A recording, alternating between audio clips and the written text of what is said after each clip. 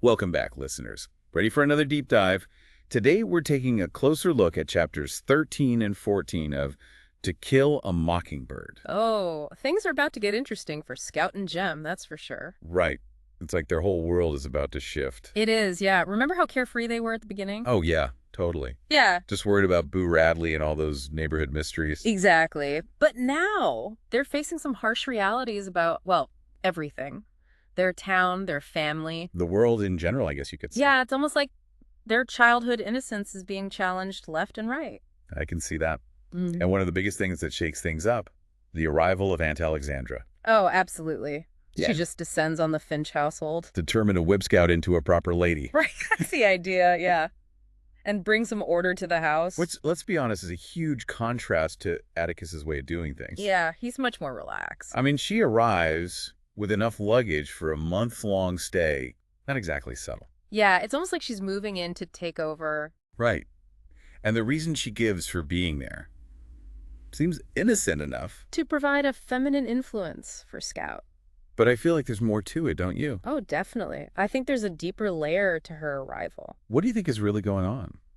Well, the timing is pretty interesting. It is. Atticus is about to take on that huge case defending Tom Robinson. The most controversial case Maycomb's ever seen. Yeah, exactly. And that's going to put the Finch family in a tough spot. So Aunt Alexandra's there to manage the fallout. Exactly. Make sure the family keeps up appearances. Even though everything's about to explode around them. Yep. She wants to control the narrative, protect the Finch family name. She embodies that whole Maycomb way of thinking, doesn't she? Totally. All about lineage, tradition, appearances, like that whole thing with the Lane cake. So calculated. Right. It's not just hospitality. It's a statement. And then there's how Aunt Alexandra treats Calpurnia. Oh, yeah. That's a huge point of contention. Night and day compared to how Atticus, Jem, and Scout see her. Absolutely. And I think that difference highlights how family is viewed in Maycomb.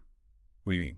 Well, for Atticus, Calpurnia is more than just a housekeeper. Right, she's practically family. He actually says she's a faithful member of this family. He respects her, values her. Totally. But for Aunt Alexandra, those lines are way more rigid. It's about social boundaries, right? Exactly. Calpurnia is the help, and her race makes it even more complicated. Sadly. It's that whole southern social hierarchy. Right. And Aunt Alexandra wants to keep those worlds separate.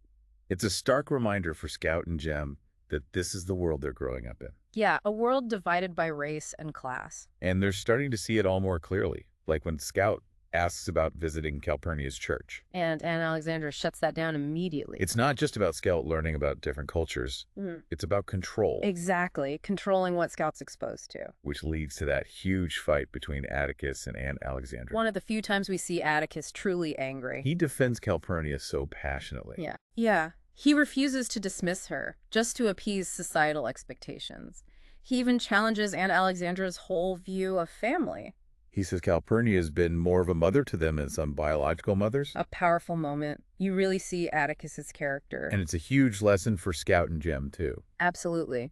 They're witnessing the clash between Atticus's morals and the deep-seated prejudice of Maycomb. Right, and that conflict is only going to get more intense. So Aunt Alexandra's arrival, it's not just about disrupting their routine. It's about bringing those external pressures right into their home. And as they see all this tension, they're forced to question everything. Yeah, everything they thought they knew about their family, their town, Yeah. the world. It's like they're being pulled in two different directions.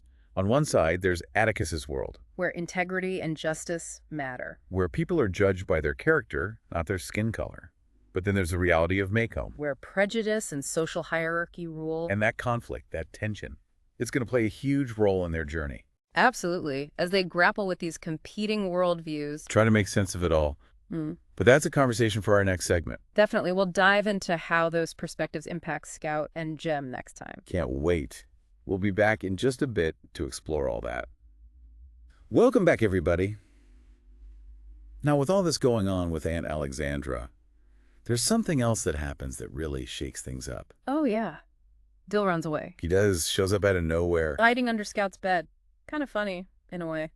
It is, but also kind of sad. Desperate, even. Yeah, I think it says a lot about Dill and what he's looking for. You mean, like, a place where he belongs? Exactly. A real home. That whole story he tells about being chained up. And fed raw peas. Pretty outlandish Yeah, but it reveals something deeper. about what he's missing. Exactly. Remember what he says about his parents? That they just weren't interested in him. Right. They give him stuff, but not what he really needs. That love and attention. Exactly. It's heartbreaking, really. And then that thing about wanting a baby. Oh, yeah. Someone to love unconditionally, like he's trying to create the family he wishes he had. I think that's spot on. And that's why he's drawn to the Finches. Even with Aunt Alexandra there. Right. There's still that warmth, that stability that Dill wants. He sees how Atticus treats Jem and Scout. The love, the respect. It's something he doesn't have. And it's interesting how Dill running away contrasts with Jem. How so? Well, Jem feels like he has to tell Atticus that Dill's there. Oh, right. Like it's his responsibility. Yeah, he's not just thinking about himself and Dill anymore. He's maturing, starting to understand right and wrong. And consequences. Absolutely. It's like he's internalizing Atticus's values, honesty, duty, He's moving away from that carefree world of childhood. and stepping into a world with real stakes. It's a big shift for Jem. And it's not just with Dill, right? No, you see it in other ways too, like how he tries to protect Scout from Aunt Alexandra, Yeah, telling her to be more ladylike. trying to explain how adults think them, though not always successfully. Remember when he tells Scout that adults have more to hold in their minds? Oh yeah, I love that line. It's so Jem. He's starting to realize that being an adult is complicated. It is full of burdens, responsibilities. And Scout's going through it too in her own way. Yeah, she's still a kid, wanting to play and explore. But she's also seeing that the world isn't always safe and predictable. Like that moment when she overhears that stranger talking about. Rape. It's awful. It is. And it shatters her innocence in a way that nothing else has. Definitely. And that loss of innocence.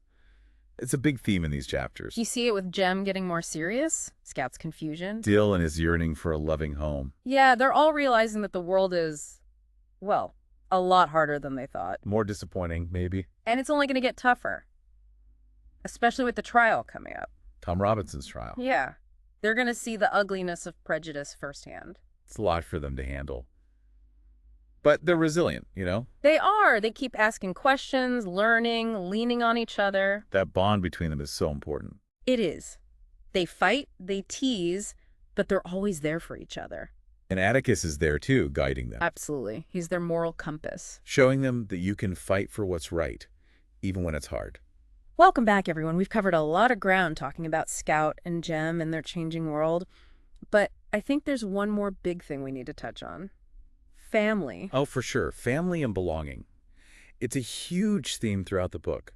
And these chapters really bring it to the forefront. You can see it in how each character views family, right? Exactly. And how those views sometimes clash with, well, with how things are supposed to be in Maycomb. Like Dill wanting so badly to belong somewhere. Yeah, he doesn't feel connected to his own family. They give him all the material things. But not the love. Exactly. No wonder he's drawn to the Finches. It's like he sees something he's missing. That warmth. That stability. And it's not just Dill. Even Scout's starting to understand that family goes beyond blood. Yeah, like her relationship with Calpurnia, it's deeper than just housekeeper and employer. There's a real bond there. Mutual respect, shared experiences. It goes beyond those typical roles. And Atticus encourages that, doesn't he? He does. He values Calpurnia, respects her place in their lives. And Jem picks up on that too. Remember how he reacts when Aunt Alexandra criticizes Calpurnia? Oh yeah, he defends her right away, just like Atticus would. He even fights with Scout when she repeats some of Aunt Alexandra's words. Showing how much he cares about Calpurnia. And about that family dynamic that Atticus has built. It shows you how much the kids are learning from Atticus. About what really matters. Exactly. Family's not just about blood or social rules. It's about love, loyalty, standing up for each other. Even when it's hard. Even when it goes against what everyone else thinks. It's like the Finches are redefining family in their own way. Challenging those rigid Maycomb expectations. Showing that true belonging. It comes from connection, shared values. Not from following some arbitrary rules. And that's so important in a place like Maycomb, right? So divided. Yeah, absolutely. Makes you wonder, how's this going to affect Jem and Scout as they grow up? As they face all the prejudice and injustice around them. Good question. They're seeing such different viewpoints. Atticus, with his belief in equality, and Alexandra clinging to tradition. And Dill just searching for unconditional love.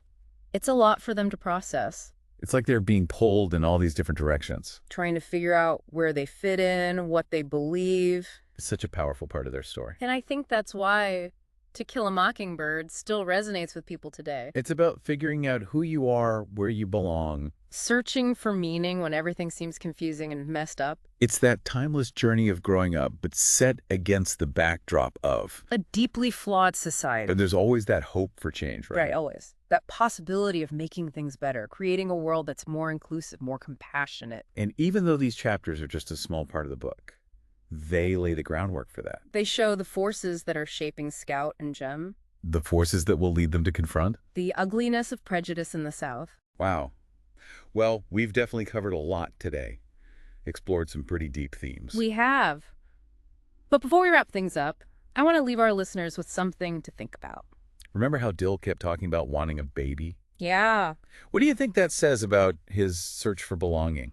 It's a fascinating question, right? Like, is he looking for something he never had? Something that goes beyond just stuff?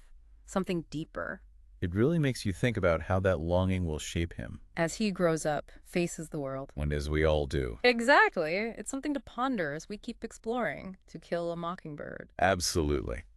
Well, on that note, it's time to wrap up our deep dive for today. Thank you all for joining us. Thanks, everyone. We'll be back soon with more insightful discussions and thought-provoking questions. Until then, keep reading and keep those minds engaged.